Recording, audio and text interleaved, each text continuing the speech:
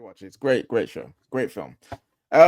Anyway, we digress. Okay, I was coming mainly to talk about Spurs, really, because this ain't good, Terry. This ain't good. I remember the reactions that the Spurs fans had seeing Levy go. It reminds me so much of when Woodward got sacked or he resigned at Man United, and this feeling of relief just comes over. Like this cloud that's been over us for years, has been running us so poorly, is finally gone. And I remember that feeling, so I'm happy for Spurs fans because I know what it feels like. But the difference between our position and their position now, we got rid of Woodward just to hire a guy already back in the club who worked for the same people we hate anyway in Arnold. Spurs are looking like, and if you believe the rumors, if you believe the in the nose, you believe the things that people have been saying, and even one of the reports, I think it might have been Samuel Bell saying this as well.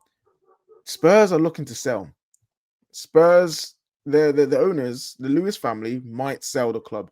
High chance they sell the club, and it's not going to be just to some random people. They might sell it to the Qataris. And if they do that, it's, I'm not going to say it's over for the league because we said this about Newcastle and the Saudis, and they're still not there yet. But Spurs are in such a better position than Newcastle, than Man United, that if they get taken over, they've already got the stadium, they've already got the training ground. All they need to focus on is the structure of the club in terms of director of football or whatever, whoever they want in that place, and then recruiting players. That's all they've got to focus on. They don't have to worry about like, oh, we need to revamp this training ground, we need to revamp the academy, we need to sort out the staff, we need to do all these things. That's done. In that sense, Levy's done a good job. The business side of the thing, the business side of Spurs, he's done a fantastic job. They're probably one of the best run clubs in England. When they talk about business in the football space, Levy's name is mentioned as one of the best. So he is one of the best. But we're football fans, so we focus on what's happening on the pitch, who we're signing, who we're recruiting, how do we win trophies. Levy couldn't do that.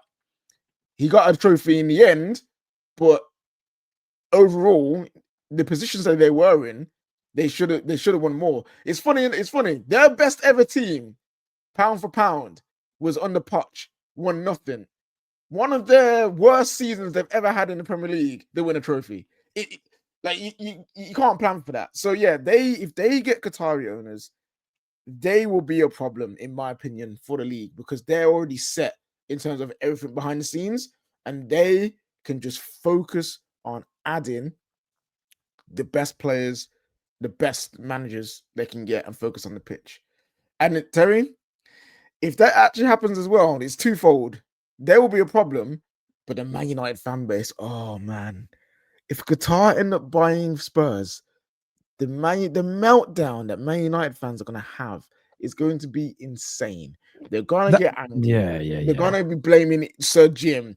They're going to be blaming Ineos. They're not going to talk about the Glazers outpricing everybody at all. They won't talk about that. Well, they won't talk about, listen, I wanted Qataris, but they're not going to speak about the fact that Qataris wouldn't pay the asking price. Mm-hmm. and that's the thing for me. Sir Jim gave them an option to do a part ownership. He did. The Qataris didn't, because the Qataris wanted full ownership. But neither the Qataris or Sir Jim are willing to pay the asking price to actually buy it outright. I get the train of thought that if there wasn't an option from anybody to buy part of it, the Glazers would have been forced into selling the whole thing, especially as they were running out of cash. That's maybe true. But they might have also just not injected their own money. They might have just sold some of the... They would have eventually found an investor of some sort. They would never have just let the asset collapse and go bust, and then they lose less money. They're not that stupid. It makes sense when you say it out loud on a basic level. But again, if you believe that the Glazers bought us of all that debt to one day sell us for multiple billions of pounds of profit, why would they, for the sake of an injection of 150 million pounds, allow an asset that they believe they can eventually get 6-7 billion for to go into administration where they lose control and then maybe they walk away with a fraction of that money? They wouldn't do it. They wouldn't allow 100 million pound to cost them 3, 4, 5 billion. It's just, it doesn't stack up in the reality of the world. But yes, there'll be a meltdown in the Man United fan base if that happens. And I've got a horrible feeling that Spurs are going to end up with either new part owners that will eventually own the whole of them. But I've got a feeling they will, because it's Spurs are a cheaper option to buy than Man United. They're a cheaper club to buy, but they have but they can accelerate it quicker than you can a Newcastle. You could I don't know, what did Newcastle get bought for? Like 300 or 400 million, where clubs like Man United are going to cost you 6 or 7 billion. It's a fundamentally different amount of money to buy it. Spurs, I don't know what that will cost you, probably a couple of billion, but it's a team that if you get all your friends and, you know, whatever country they're from, you get the airlines, you get the tourism board on, you start pumping money in. Like, imagine how much fair market value you could get for sponsoring that stadium in London. You could get, you know, that there is whatever Newcastle can get in that's fair market value on their sponsorships. Spurs are significantly bigger than Newcastle globally. They could get double the money. They could probably get their revenue up past $1 billion inside a year or two. And then the ownership from those parts of the world are going to say, let's go and they will start spending. And it'll be scary. It'll be scary times. I agree. Scary times. So obviously the independent regulator will come in. We don't know what that looks like in terms of what the new fit and proper owners test would look like.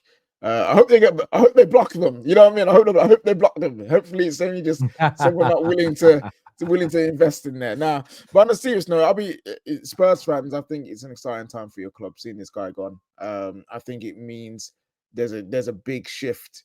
I think there's a big shift coming up in that club, and I'm not looking forward to it. As someone who's already climbing from the bottom, and I've got Chelsea, I've got Man City, Liverpool, Arsenal, Newcastle to worry about. I don't need Spurs added to that group of teams, man. I don't. So hopefully hopefully we can keep up with that, because if they get in, another team for a problem. But yeah, we'll see. In terms of Onana, Terry, do you actually think he's gonna go in this little period that we've got to sell him to Saudi or to Turkey, one of those two? Like, do you actually think he's gonna go? I haven't paid it much thought, but again, I've seen the rumors. I hope so. I hope he does, for his own sake, because he ain't kicking a ball for it. He ain't playing a game this year. He's done. I hope he uses his brain and realizes Ruben Amorim is already picking Bayandera in the league over him. Lemaines has come in, and everything I've said about the Lemaines deal is going to come to fruition. I'm so convinced. I understand what the club are doing. He's going to be built up as a backup or a challenger for the first team places. He's eventually going to start playing more. It will eventually come in. We're just lowering the pressure on him. It's obvious. Yeah. But I think Onana's finished, bruv. I think he's finished at the club. The only reason we won't get rid of him is if Onana, does the whole I'm refusing, I'm staying. He might do, depending on what the other clubs offer him financially. But listen, man, sail off to go to Saudi, bruv. Go to Turkey, earn your money. Because one issue we have with him. Let me see. This is his 3rd year. He's got 3 years left on his deal. That's the only worry. That's the only concern. It's the only concern. Yeah, like I'm looking at him now. I'm like, mate, like the writing's on the wall.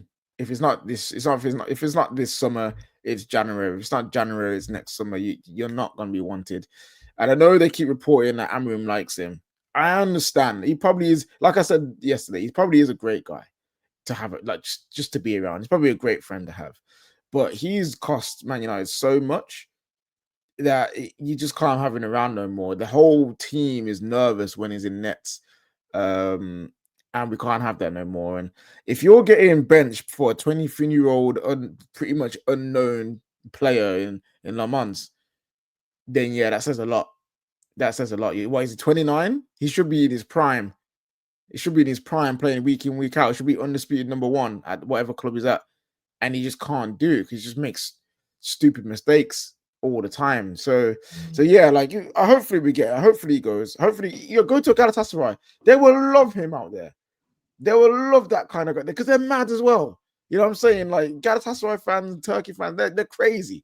They'll love someone like Andre Onana, trotting smack, you know what I mean, out there doing up foolishness on the pitch. They will love that.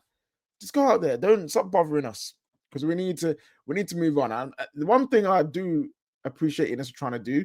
They are trying to get rid of underperforming players quicker than we usually do. Because we would have had Onana in nets for the next two seasons under the Glazers. Well, it's one of the things that Barada spoke about at City, and I think it's something we've adopted at the club, is that you get a couple of years to prove yourself. Now, again, when you say that, but Mount's still here, because you can't get rid of everybody.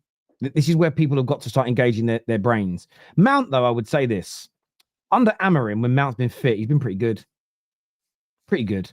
As in, he's been okay. You know, he's come on, done well. So I get why you would not look at him. And I think if the club could get rid of Mount tomorrow, I think if a club was willing to come in and go, there's 40 or 50 million, I think we'd cash in on him. Yeah. Nobody's interested in going after him because he's got so long left on his contract. He's on massive wages, and he's not agitating for a move either. So he's not a bad egg. He isn't misbehaving or anything like that. I just wish that some of the bomb squad behaved more like Mason Mount. Would have improved more. But with Onana, like he's a disaster. He's a time bomb in every game.